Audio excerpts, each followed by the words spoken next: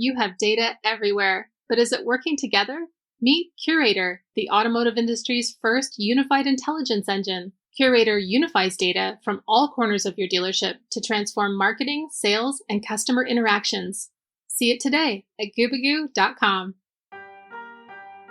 Welcome to Daily Drive for Friday, January 9th, 2026. I'm Kellen Walker in Las Vegas. Today on the show, General Motors takes over $7 billion in charges as it scales back electric vehicle production. Volkswagen partners with Qualcomm for a long-term chip supply deal to power its software-defined vehicles. Aftermarket parts maker First Brands Group launches a sale process as it navigates Chapter 11 bankruptcy. Plus, we'll hear a piece on our live panel discussion on the CES floor about how AI is reshaping the auto industry. We're not even seeing half of the story or even 10% of the story as of today because the potentials of AI are so significant. Let's run through all the news you need to know to keep up in the auto industry. General Motors is taking over $7 billion in charges as it scales back electric vehicle production.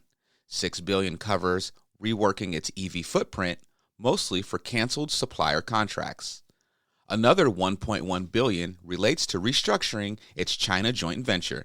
The move comes as GM shifts a major Michigan plant back to building gas-powered Silverados, Sierras, and Escalades, and stops producing BrightDrop vans amid weak demand. The automaker expects more charges in 2026, though significantly less than this year. Volkswagen is partnering with Qualcomm for a long-term chip supply deal to power its next-generation software-defined vehicles. Announced here in Las Vegas at CES, the agreement makes Qualcomm the primary provider of infotainment and connectivity technology for VW's new platform developed with Rivian. The chips will enable AI-driven features like personalized climate control and automated driving functions across VW Group brands. The technology debuts in VW's ID.1 electric minicar launching in 2027. VW says securing semiconductor access is critical as infotainment and driver assistance now account for a significantly higher share of vehicle value. And aftermarket parts maker First Brands Group launched a sale process Wednesday as it navigates Chapter 11 bankruptcy. It's marketing its business either as a whole or in parts. The company makes Fram filters, Raybestos brakes, and Autolite spark plugs. First Brand will run out of cash in late January without new financing. The bankruptcy stems from billions in debt tied to what restructuring advisors call fraudulent factoring transactions involving fake or inflated invoices. Founder Patrick James faces fraud allegations and a Justice Department investigation, claims he denies. And those are today's headlines. You can find more details on all those stories at autonews.com. Joining me now to talk about GM staring down $7 billion in charges is our own Lindsay Van Hully, who covers General Motors for Automotive News. Lindsay, welcome to Daily Drive. Hi, Cal. Happy New Year. Same to you. So, Lindsay, how should we interpret this strategic pivot and what does it mean for GM's competitiveness going forward? So, yeah, $7 billion is a big number. They announced ahead of their fourth quarter financial results at the end of the month that they're going to take $7.1 billion in charges. The bulk of that, about $6 billion, is related to reworking its EV production footprint. Another $1.1 billion is related to the restructuring of its China joint venture that they've announced earlier. But really, the bulk of it is related to EVs. It follows a $1.6 billion charge GM took in the third quarter for the same thing. And I think what that signals is really the changes that they're making in production and capacity, given how the market is slowing down. We all know that with the ways that consumer adoption has unfolded, it hasn't been as fast, I think, as automakers had expected and planned for several years ago as they were working on battery cell and EV development. And now, especially with some of the policy changes around emissions regulations and the end of the $7,500 tax credit, that's slowing even more. GM talked about record third quarter EV sales right before the tax credit went away. But, they dropped 43% in the fourth quarter. So they're looking at all of this, recognizing where the market is and trying to basically kind of fit their production to match what demand is. They don't want to overbuild EVs that are going to sit on dealership lots and require a lot of incentives and discounts in order to sell.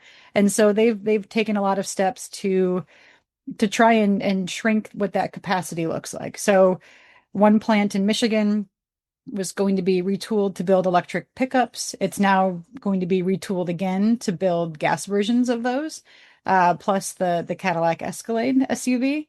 It was planning 3 joint venture battery plants with LG Energy Solution and sold a stake in a third plant back to LG, recognizing that it has the capacity it needs with 2 plants at the moment.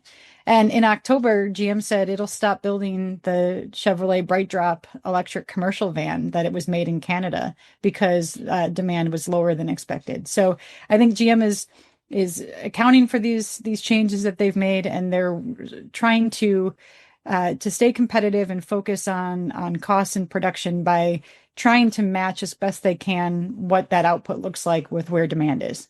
This $7 billion is a significant hit for the company. Does this suggest the company believes the EV market just isn't going to materialize, or is this more about GM's specific execution challenges?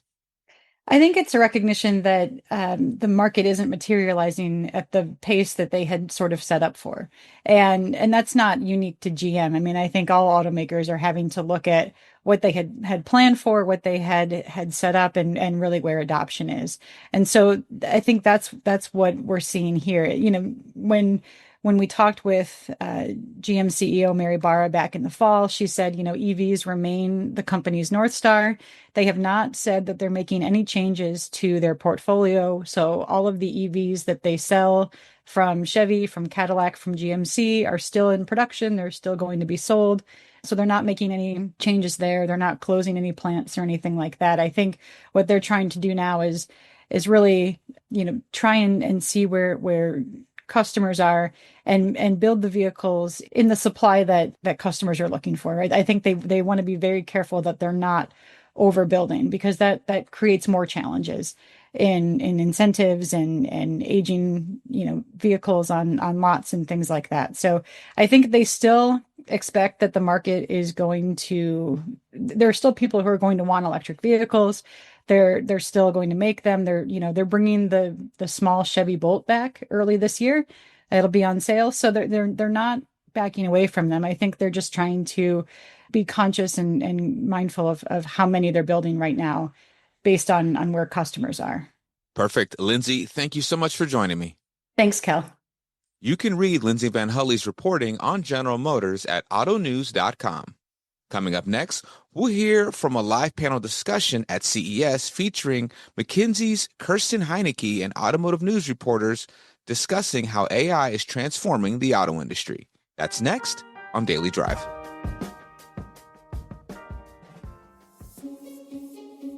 Your dealership has no shortage of customer information. But when that data is conflicting, messy, and spread across a multitude of platforms, it's impossible to activate properly.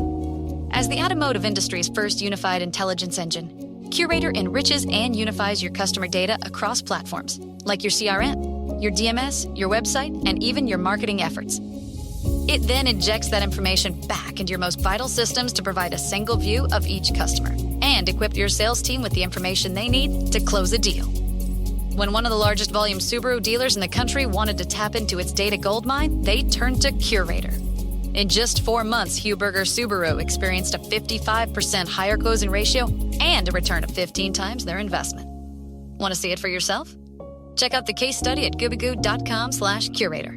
That's GUBAGOO.com/curator. Welcome back to Daily Drive. I'm Kellen Walker. Earlier this week here at CES, Automotive News hosted a live panel discussion on the floor in the West Hall of the Las Vegas Convention Center. McKinsey partner Kirsten Heineke joined Automotive News reporters Molly Boygon and Lauren Seiliff for a conversation about AI's transformation of the automotive industry. Here's a piece of that discussion. Let's start with AI. Kirsten, how has the focus on AI at the show changed from previous years? So I think the main change is it's everywhere now, right? So we used to have AI sort of as a side topic. It used to be startups talking about it. It used to be the innovators talking about it. And now I feel like everybody's talking about it.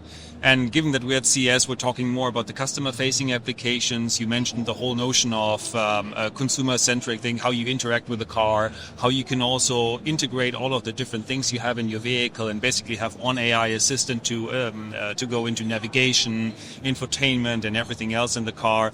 But we're also talking a lot, at least sort of behind closed doors, we're talking about the optimization potentials you have around AI. I'm just coming from a breakfast where we were talking about the challenges of having AI now as part of the development team and how you need to upskill your entire team. Even people who are fresh out of university need to continuously upskill. So I think it's everywhere.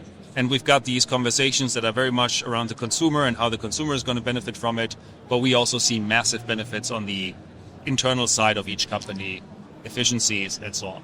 Up and down the value chain. 100%. And Lonnie, obviously AI has played a big role this year in accelerating the deployment of autonomy and robotaxis. What are you seeing from the show about the use of AI in those applications? Well, it's really interesting because I was talking to, John Krafchick from the ex-Waymo CEO, and one thing he was talking about was there was a time when 10 years ago, all these companies were going to make autonomous vehicles, and they raised a lot of money and they spent a lot of money and they burned a lot of money and then they disappeared, right? Waymo survived, right? Because they took a kind of a slower approach. But now with AI, a lot of companies are springing up. Even, like Rivian wants to now have, autonomous vehicles in the future, and the Neuro, because they can use AI to write the software, to have the vehicle have perception kind of like a human. They're recreating human perception. Tesla's doing that without LiDAR and stuff, but others are doing it with LiDAR and radar. And I was also talking to the head of a Chinese LiDAR maker, the biggest LiDAR maker, Hesai, and he was talking about how they're able to incorporate cheaper LiDAR because the AI software, in other words, you have the hardware and the software are working together, and it's bringing down the cost. And he was telling me that 1 in 4 EVs in China have LiDAR. Even a simple LiDAR that's looking out ahead of you could slam on the brakes if it's dark or if the sun is coming in your eyes, which is a very common scenario for car accidents, somebody hitting a pedestrian. And so it's just amazing. Like, we were talking about earlier, it's like AI is everywhere, and it's just enabling all these really interesting things in the car space and the robot space and the robotaxi space. It sounds like it's sort of able to fill the gaps that had been dogging the industry for so long with deployment of some of these technologies. At the same time, there is a question that you hear and read about. Are we in an AI bubble? Is the influence of AI overstated or overvalued? Kirsten, I'd love to hear you answer that question. So I guess we're only going to find out in a couple of years if this is a bubble or not. What I do believe is we're not even seeing half of the story, or even 10% of the story is what we're seeing as of today, because the potentials of AI are so significant. And if you just think about the capabilities of a tool like ChatGPT, how that's improved over the last couple of generations compared to what it was 5 years ago, 2 years ago, and how quickly it's accelerating now. And I think we're going to see that same development happen also over the next couple of months and years.